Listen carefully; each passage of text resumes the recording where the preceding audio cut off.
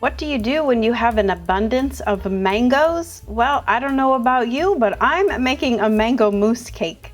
But be sure to watch all the way through this video because I actually made two versions. One with a cashew base for those who don't like or can't get vegan cream cheese, and another version with, yep, you guessed it, vegan cream cheese for those who don't like using cashews.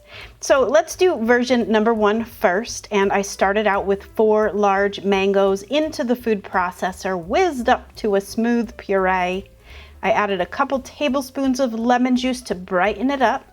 And I got about 2 full cups of puree from those 4 large mangoes, and that's great because that's exactly how much we need to make this mousse.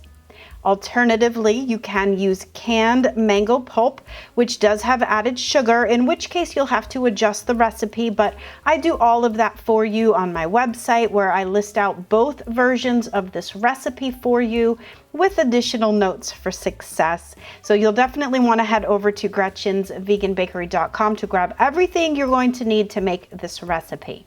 All right, now set that mango puree aside for now because first we have to make the coconut sponge cake. You can, of course, use any cake that you prefer here, and believe it or not, I thought for a minute to use chocolate, but then I thought I'd really lose some of you. So this coconut sponge cake recipe is just so perfect, and it's another easy food processor cake method where I simply throw everything into the food processor and you're done.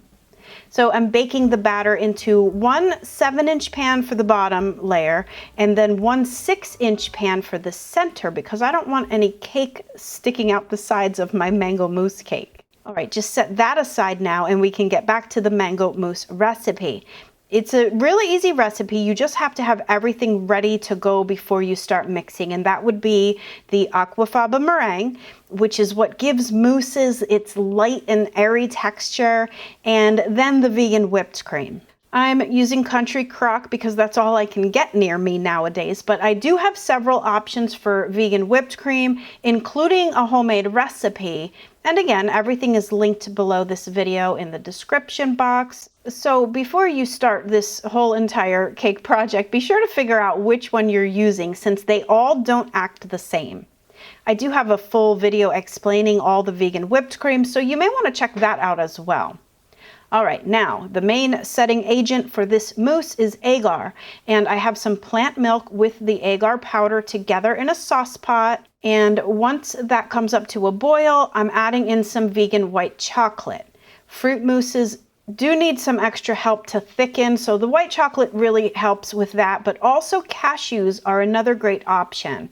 But in version 2 of this recipe, I'm omitting both the cashews and the white chocolate and replacing both of those with vegan cream cheese. So there's your 2 options, mango mousse with cashew cream base or mango mousse with vegan cream cheese. You get to decide which ingredients work best for you. Either way, the mix method is the same. Into the high-speed blender goes the mango puree, that agar plant milk mixture, the white chocolate, and the cashews, and then just puree that smooth. Now you're going to transfer that mango base to a large mixing bowl, and now the aquafaba gets folded in. How's my folding technique, David Hensley? A little better this time, eh? He don't miss a trick. The vegan whipped cream goes in next, and now you're just going to pour half of the mousse into the ring mold with that coconut sponge cake bottom. Then the smaller cake layer comes in next, and I'm just pressing that down into the mousse so that it squishes up around. This way you're not going to see any cake sticking out the sides of this finished mango mousse cake. All right, we are almost there. I have sauteed up a bit of fresh mango with some sugar and cornstarch for a beautiful saucy mango compote layer. This part is optional, but I urge you to include it. It's a really nice addition to this cake. The rest of the mousse goes over the top, and then you're just going to let it all set up in the refrigerator for at least 4 hours, but preferably overnight.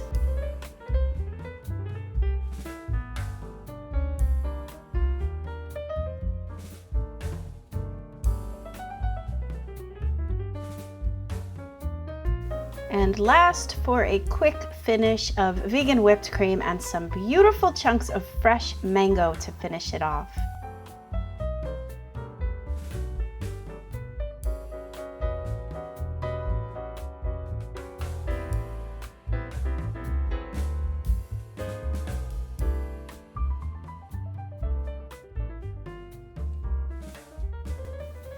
All right, now the second version, as I said, the method is completely the same, only this time I used vegan cream cheese instead of the cashews and the white chocolate. And I didn't go all the way through with making another coconut sponge cake. And for the compote, I decided to just spoon it on top of each slice.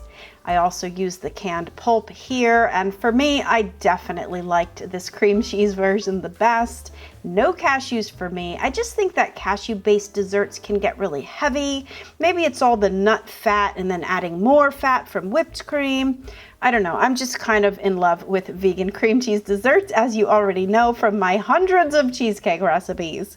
Well, either way, there you have it, mango mousse 2 ways. Now you have no excuses not to make this. Which way do you think you would make it? Comment below and let me know.